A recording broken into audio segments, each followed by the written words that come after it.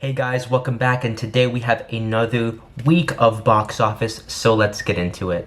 So up first we have Juliet, which performed to 87% last week, 88% this week, and 875K to this week's 948K. The average ticket, or the top ticket, sorry, did increase significantly to 378.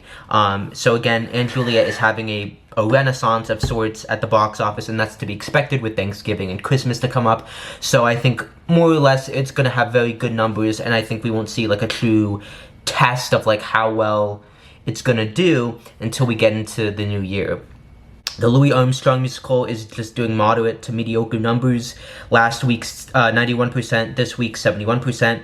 661K to this week's 672K. They have enough justification to keep it going, so I wouldn't be surprised if this makes it till like the Tonys, but I don't think this is gonna do great numbers, and obviously I don't think this is gonna be a long-running hit, but it's at a point where it's not doing like, oh, great numbers, but it's not doing we're gonna close numbers. It's doing numbers of like, we have enough justification to stay open, but like it's still not great. Like it's mediocre numbers. That's what it is. Back to the Future, 68% last week and 674K to this week's 76% and 796K, and that's closing. Cabaret had its worst week yet. Last week 90%, this week 87%. Last week, 1,038,851. This week, 884K. For any other show, this would be amazing, but you know how expensive Cabaret is, and these numbers are just not sustainable. Death Becomes Her. Last week, 96%. This week, 96%. It opened to pretty stellar, well, not stellar, but very positive reviews. Last week, 1,121,395. This week, 1,059,374. Elf had a huge increase, but the average ticket was a lot cheaper last week. 90% to 94% and 510K to this week's 1,139,534. So there is a clear reason why they bring Elf back every few years, and that's because it gets bank.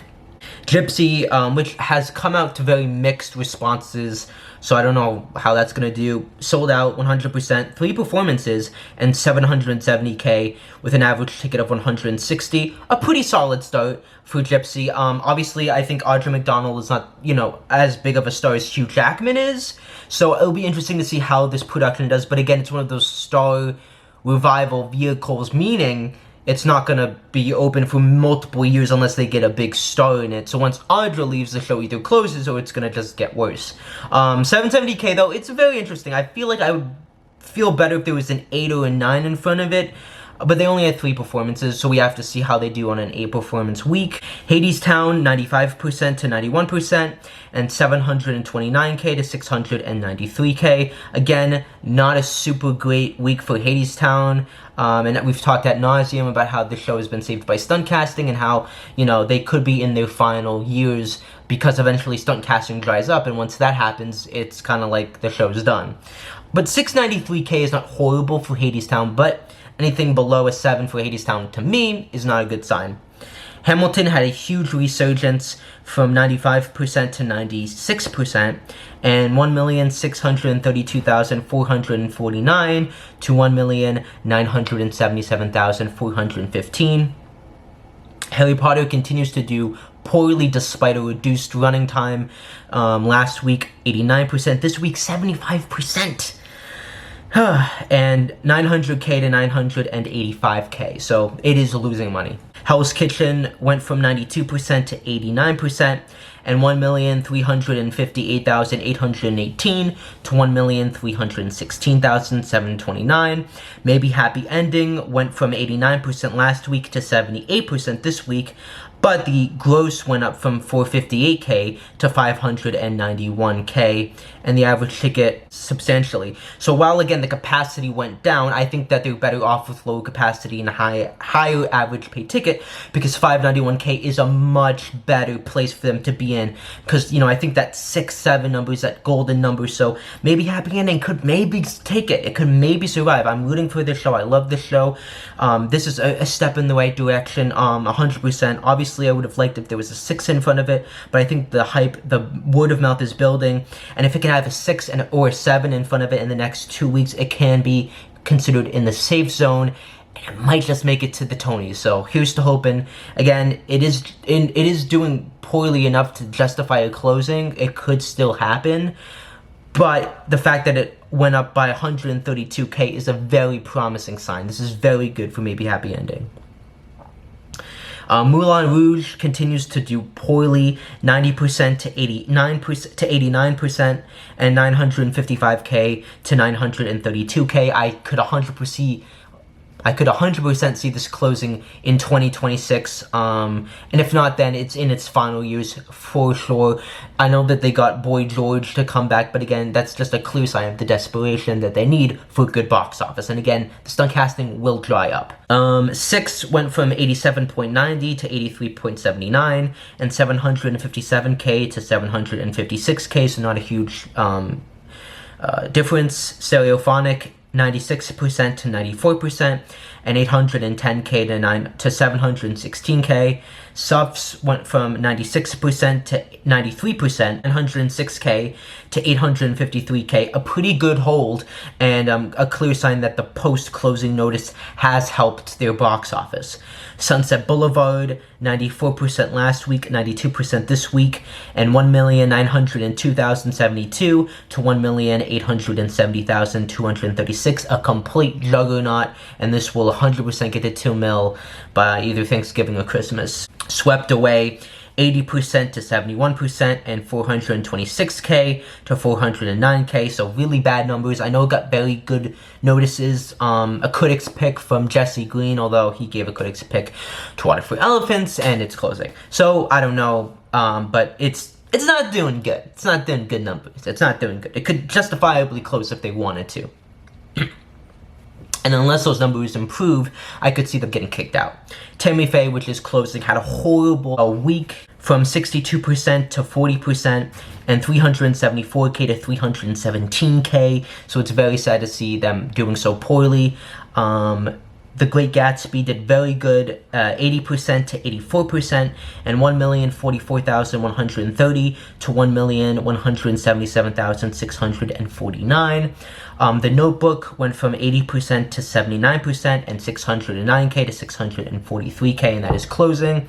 The Outsiders, 101% to 101%, and 1,422,144 to this week's 1,425,531. Water for Elephants, 73% to 65%, and that is also closing in a few weeks, 790K to 689K. And then Wicked sold out and went from 2,445,380 to 2,560,160. I saw Wicked, didn't do like my own video on it because I feel like it wouldn't get views. There's so many like videos on it, but in summary, it is amazing. It's one of the best movie musicals I've ever seen. The hype is real.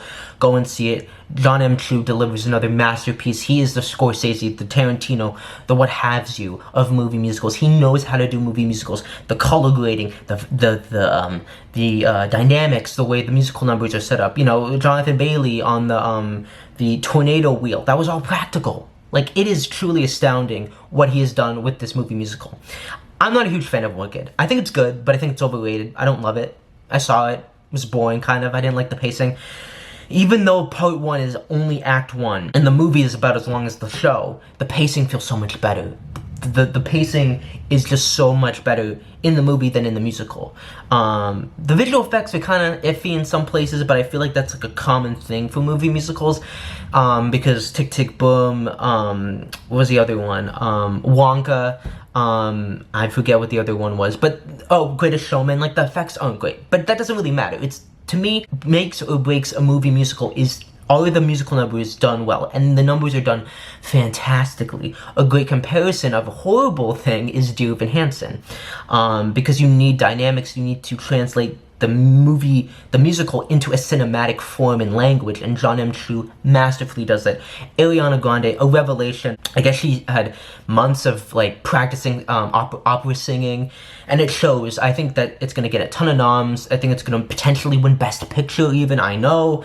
But even if it doesn't, I think it's gonna win at least one major craft award and one major non-craft award. So that's acting or screenplay or director. It has to win. It has to. One Short Day was beautifully filmed. The cameos were perfect. The epicness of it, the cinematicness of it, like, I have no negatives. Now, I will preface this by saying I still think the movie is better than the musical, much like I think the Sound of Music movie is better than the musical. So will I see Wicked again, or am I going to be like, I need to see Wicked on stage? No, because I think Ariana Grande, Cynthia Erivo, John M. Chu, the world building, it being on film, makes it a better product than what it is on stage. And The Wizard and I, when Alphabet sing Unlimited, and they're like these shiny glass things, I'm like, oh my god, I wouldn't have thought of that. Like, it's so hard to do solo ballads, in particular on film, but John M. Chu proved he is a master of this. And I know he's going to do Joseph and the Amazing Technicolor Dreamcoat. Oh my god, that's going to be amazing. I was in that show when I was little. It's going to be epic. Like, he is the go-to guy for movie musicals. Now, from a box office standard, it was the highest grossing opening weekend for a movie musical, and overall it's made 162.9 million at the box office. So I think this film is going to get to $1 billion, which is such a great relief for movie musical fans, because 2021 was a tough year. You know, we had In the Heights, we had West Side Story, Dear Evan Hansen, and In the Heights and West Side Story, great movies, but they failed hugely at the box office. The thing that I'm wondering is, will Part 2 be less commercial? Because Part 2 is a lot darker than Part 1. Part 2 is a lot more political, a lot more adult than Part 1. Act 2 is.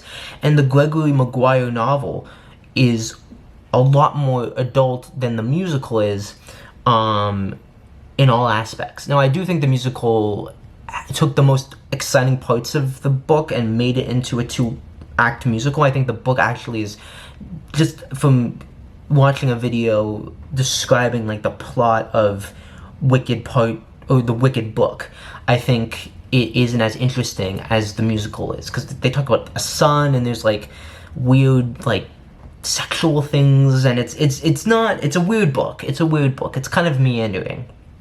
But one of the things that I feel like the musical missed out on, and I hope that Part 2 takes, is the political aspects. You know, there's talks of the Wizard having camps to propagandize youth, and the water being cut off Munchkinland, and very political talk, and all that stuff that's really adult and interesting, that I hope they incorporate into Part 2, because I feel like it will add more depth and weight and consequence. And John M. Chu said Part 2 is going to be a lot more about consequences. So I don't think they're probably going to go as far as I want them to, but I do wonder if Part 2 will be less commercially viable, because it isn't going to be this fun party that Part 1 is. Part 2 is a lot more dark and serious, and there isn't going to be these glitzy glamour numbers like there was in Part 1. So it's very interesting to see how Part 2 will do. I don't think it will, like, I think it might be like an It Chapter 1, It Chapter 2. Like, It Chapter 1 was 800 million, It Chapter 2 was like 400 mil.